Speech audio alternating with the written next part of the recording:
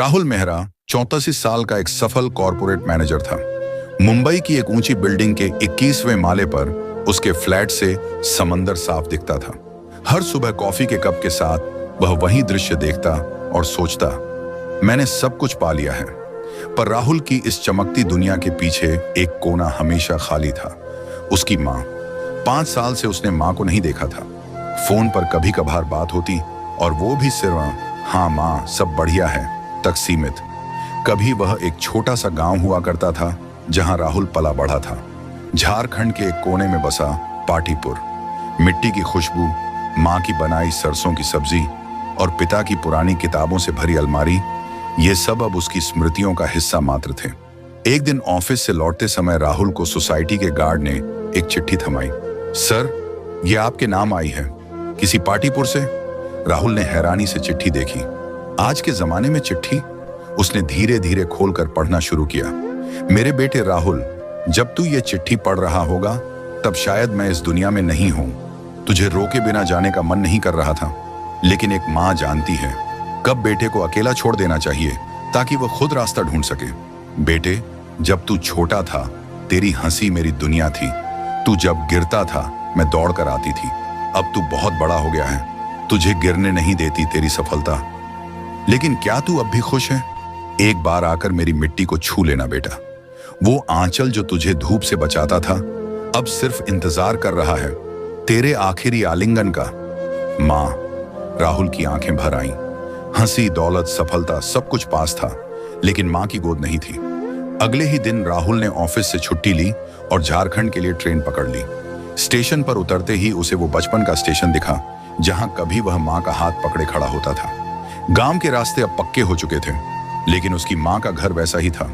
मिट्टी से सना हुआ, आंगन में तुलसी का पौधा और दीवार पर लटकती माँ की तस्वीर। घर के अंदर एक बूढ़ा आदमी बैठा था, हरि काका, माँ के पड़ोसी और उसके बचपन के मित्र। राहुल बाबू आ गए, अम्मा आपको बहुत याद करती थी। हरि काका ने उसे माँ के कमरे में ले जाया। वहां एक और चिट्ठी रखी थी। बेटा, मैं जानती थी तू जरूर आएगा। मैंने तेरे लिए कुछ रखा है। वो लाल बक्सा खोलना जिसमें तेरा पहला खिलौना, पहली चिट्ठी और तेरी स्कूल की तस्वीरें हैं। शायद उन्हें देखकर तुझे वो दिन याद आए जब तू माँ को बिना बताए कहीं नहीं जाता था। और हाँ, मेरी अंतिम इच्छा थी मेरा चूल्हा फिर से जले, तेरा हाथों का बनाया खाना मेरे आंगन में एक बार फिर महके। तेरी माँ। राहुल चुपचाप बक्सा खोलकर फूट फूट कर रो पड़ा। उसके हाथों में उसकी बचपन की यादें थीं, मिट्टी में सनी, माँ की ममता से भरी। अगली सुबह राहुल ने खुद बाजार से सब्जियां ली। सरसों, आलू, हरी मिर्च।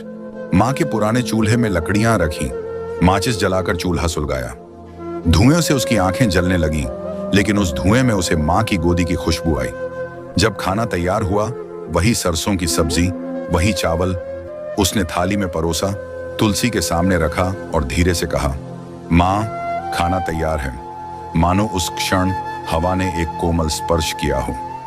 तुलसी के पत्ते हिलने लगे और राहुल की आंखों से बहती नमी मुस्कान में बदल गई।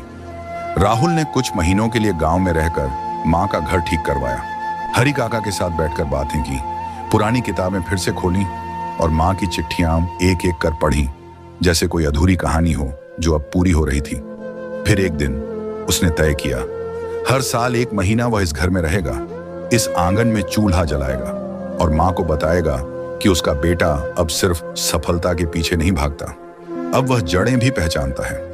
कभी कभी हमारे सबसे बड़े रिश्ते हमारी व्यस्तताओं के शोर में खो जाते हैं, लेकिन जब हम उन्हें फिर से सुनते हैं तो वो सबसे मधुर संगीत बन जाते हैं।